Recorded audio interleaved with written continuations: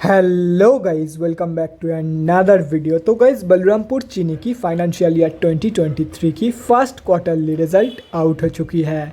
तो गाइस, इस वीडियो में हम लोग यही देखेंगे कि कंपनी ने जून क्वार्टर में कैसी परफॉर्म की है, क्या क्या पॉइंट्स इंप्रूव हुई है एंड कहाँ कहाँ पे कंपनी ने डिटोरिएट की है, और कंपनी के फंडामेंटल्स भी चेक करेंगे और देखेंगे कि क्या ये कंपनी पैसे लगाने लायक है या नहीं। उसके साथ साथ हम लोग कंपनी के टेक्निकल्स के बारे में भी डिस्कस करेंगे। तो गाइज, बिना टाइम वेस्ट किए कंपनी की फंडामेंटल एनालिसिस करते हुए वीडियो को शुरू करते हैं। तो गाइज, अगर इस कंपनी के बिजनेस के बारे में डिस्कस करें तो it is one of the largest integrated sugar companies in India.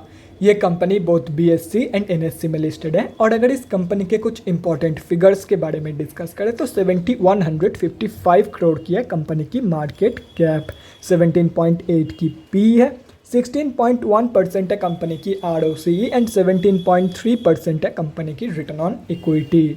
Last 6 months की रिटर्न नेगेटिव में जा चुकी है, नेगेटिव बाई 21%। एंड लास्ट 3 साल की जो सेल्स ग्रोथ है वो 4.18% के आसपास निकल के आ रही है। बुक वैल्यू से बहुत ही ज़्यादा ऊपर ट्रेड कर रही है कंपनी। डिविडेंड यील्ड 0.71% है एंड फेस वैल्यू ₹1 की है। अभी अगर इस कंपनी की जून क्वार्टरली की रिजल्ट के बारे में डिस्कस करें तो गाइज, जून 2022 की क्वार्टर की अनऑडिटेड कंसोलिडेटेड फाइनेंशियल रिजल्ट आप लोगों के सामने है। एंड यहाँ पे जितने भी सारे फिगर्स है वो सब लैक्स में दिया हुआ है, लेकिन डोंट वरी अबाउट इट, क्योंकि मैं हर एक फिगर्स को क्रोर्स में कन्वर्ट करने के बाद ही आप लोगों को बताऊंगा ताकि आप लोगों को भी समझने में आसानी हो। तो गाइज, सबसे पहले कंपनी की इनकम चेक करते हैं। तो जून 2022 की क्वार्टर में कंपनी ने अप्रॉक्सीमेटली 1095 करोड़ की इनकम जनरेट किया है। और अगर ये मार्च 2022 की क्वार्टर एंड जून 2021 की क्वार्टर से कंपेयर किया जाए तो मार्च 2022 की क्वार्टर में कंपनी ने अप्रॉक्सीमेटली 1291 करोड़ की इनकम जनरेट किया था एंड जून 2021 की क्वार्टर में अप्रॉक्सीमेटली 1146 करोड़ की इनकम। तो ईयर ऑन ईयर बेसिस पे and quarter on quarter basis पे दोनों में ही कंपनी की जो इनकम ग्रोथ है वो नेगेटिव में जा चुकी है। अभी अगर कंपनी की नेट प्रॉफिट मतलब प्रॉफिट आफ्टर टैक्स के बारे में डिस्कस करें तो जून 2022 की क्वार्टर में कंपनी ने अप्रॉक्सीमेटली 12 करोड़ की प्रॉफिट पोस्ट किया है। मार्च 2022 की क्वार्टर में कंपनी ने अप्रॉक्सीमेटली 240 करोड़ की प्रॉफिट पोस्ट किया था एंड जून 2021 की क्वार्टर में अप्रॉक्सीमेटली 77 करोड़ की प्रॉफिट। तो ईयर ऑन ईयर बेसिस पे and quarter on quarter basis पे कंपनी की जो प्रॉफिट ग्रोथ है वो भी नेगेटिव में जा चुकी है। अभी अगर कंपनी की एक्सपेंसेस के बारे में डिस्कस करें तो गाइस, यहाँ पे आप लोग देख सकते हो जून 2022 के क्वार्टर में कंपनी ने सबसे कम इनकम जनरेट किया है कंपेयर टू जून 2021 एंड मार्च 2022। लेकिन अगर एक्सपेंसेस वाइज देखा जाए तो सबसे ज़्यादा एक्सपेंसेस कंपनी ने जून 2022 की क्वार्टर में करी है। यहाँ पे आप लोग साफ देख सकते हो। तो कंपनी की जो मार्जिन है वो भी रिड्यूस हो गई है, कंपनी की जो प्रॉफिट मार्जिन है वो भी रिड्यूस हो गई है due to high expenses of this company.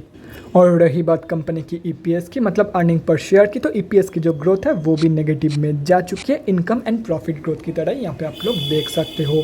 तो अगर ओवरऑल देखा जाए तो जून 2022 के क्वार्टर में कंपनी ने एक भी जगह पे पॉजिटिव ग्रोथ नहीं दिखाई है, हर एक जगह पे कंपनी ने नेगेटिव ग्रोथ ही दिखाई है।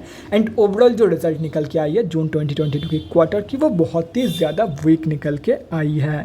अभी अगर कंपनी की बैलेंस शीट की हेल्थ के बारे में डिस्कस करें, फाइनेंशियल ईयर 2022 में कंपनी की रिजर्व इंक्रीज हुई है एंड डेट रिड्यूस हुई है, जो कि किसी भी कंपनी के लिए बहुत ही ज़बरदस्त है। मतलब बैलेंस शीट की हेल्थ इंप्रूव हुई है इन FY 2022। एंड अगर ओवरऑल भी देखा जाए तो डेट की कंपैरिजन में अच्छा खासा पॉजिटिव रिजल्ट मौजूद है कंपनी के पास। तो ओवरऑल जो बैलेंस शीट की हेल्थ है वो भी बहुत ही बढ़िया निकल के आ रही है। अभी अगर कंपनी के कैश फ्लोज के बारे में डिस्कस करें तो कैश फ्लोज की जो कंडीशन है वो भी इम्प्रूव हुई है इन FY 2022। FY 2021 में कंपनी के पास नेगेटिव 1 करोड़ की कैश फ्लोज मौजूद थी, जो कि अभी इम्प्रूव होकर न्यूट्रल हो चुकी है। और रही बात शेयर होल्डिंग पैटर्न की, तो गाइज, यहाँ पे जून क्वार्टरली की शेयर होल्डिंग पैटर्न आप लोगों के सामने है। जून की क्वार्टर में प्रमोटर्स की होल्डिंग अनचेंज्ड है, FIIs ने सेलिंग करी है एंड DIIs ने बाइंग। और अगर पब्लिक में देखा जाए तो गाइज, यहाँ पे आप लोग देख सकते हो पब्लिक में एक ही बड़े रिटेलर की होल्डिंग है। एंड अगर ये कैलकुलेट करते हो तो इस कंपनी में हम आप जैसे छोटे मोटे रिटेलर की जो होल्डिंग है वो अप्रॉक्सीमेटली 21% के आसपास निकल के आ रही है। तो गाइज, अभी कंक्लूजन पे आते हैं, क्या आप लोगों को इस कंपनी में पैसा लगाना चाहिए या नहीं। तो देखो गाइज, मैं आप लोगों को यही बोलूँगा, कंपनी फंडामेंटली स्टेबल है, लेकिन जून क्वार्टरली की जो रिजल्ट है वो बहुत ही ज़्यादा वीक निकल के आई है। तो ऐसे में मैं आप लोगों को यही बोलूँगा, अगर कंपनी के ऊपर भरोसा है then you can definitely go for it. Otherwise सिर्फ और सिर्फ फंडामेंटल्स देख के एंड कंपनी की ग्रोथ देख के मैं आप लोगों को बिल्कुल भी रिकमेंड नहीं करूँगा कि आप लोग इस कंपनी में एक भी पैसा लगाओ, अगर भरोसा नहीं है तो ही। तो गाइज, अभी अगर कंपनी के टेक्निकल्स के बारे में डिस्कस करें तो गाइज यहाँ पे हम लोग आ चुके हैं एनएससी के डेली चार्ट पे। सबसे पहले उन लोगों के बारे में डिस्कस करते हैं जो लोग इस कंपनी में लॉन्ग टर्म के लिए एंट्री प्लानिंग कर रहे हैं। तो देखो गाइज, अगर आप लोग एक रिस्क फ्री एंट्री चाहते हो तो मैं आप लोग को यही बोलूँगा, कंपनी अभी जहाँ पे ट्रेड कर रही है उसकी सबसे क्लोजेस्ट सपोर्ट जोन है 345 रुपीज़ के लेवल पे। तो अगर ये कंपनी आप लोगों को 345 रुपीज़ के प्राइस रेंज पे मिल जाती है तो आप लोग एक बहुत ही बढ़िया एंट्री प्लान कर सकते हो इन दिस कंपनी। और अगर आप लोग थोड़ा सा रिस्क लेके और वेट करना चाहते हो, क्योंकि देखो जून क्वार्टरली की जो रिजल्ट है वो बहुत ही ज़्यादा वीक निकल के आई है, तो हो सकता है ये कंपनी 345 रुपये की जो सपोर्ट लेवल है यहाँ से भी स्लिप कर जाए। एंड अगर कंपनी यहाँ से स्लिप कर जाती है तो इसकी नेक्स्ट सपोर्ट जोन निकल के आ रही है 300 रुपये के आसपास। तो अगर यहाँ से स्लिप करती है तो मैक्सिमम चांस यही होगा कि कंपनी 300 रुपये तक की फॉल शो कर दे।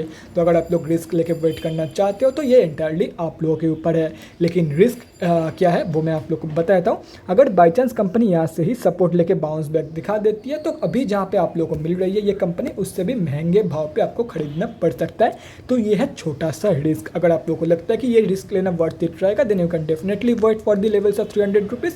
अदरवाइज अगर रिस्क फ्री एंट्री चाहते हो तो 345 रुपये के आसपास एंट्री आप लोग प्लान कर सकते हो। अभी अगर शॉर्ट टर्म ट्रेडर्स के बारे में डिस्कस करें तो गाइज यहाँ पे आप लोग देख सकते हो कंपनी अभी 200 मूविंग एवरेज के बहुत ही नीचे ट्रेड कर रही है। तो जब तक ये कंपनी 200 मूविंग एवरेज के नीचे रहेगी तब तक आप लोगों को इस कंपनी में कोई भी शॉर्ट टर्म ट्रेड प्लान नहीं करना है।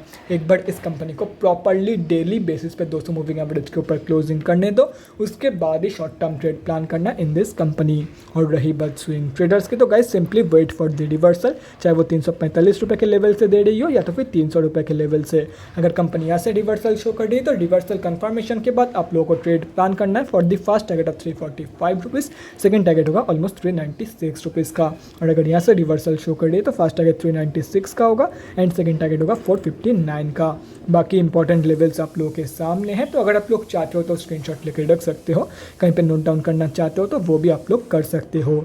तो guys that's it for this video. अगले वीडियो में मिलते हैं गाइज। Thanks for watching. और गाइज अगर आप लोगों के मन में कोई भी डाउट या क्वेरी रहती है स्टॉक मार्केट या किसी भी स्टॉक से रिलेटेड तो कमेंट सेक्शन में कमेंट करके मुझसे पूछ सकते हो, या तो फिर मेरे इंस्टाग्राम का लिंक आप लोगों को डिस्क्रिप्शन बॉक्स में मिल जाएगा, जाके वहाँ पर भी मुझे DM कर सकते हो for an one on one conversation. Thanks again for watching guys. Bye guys, and definitely guys, stay safe.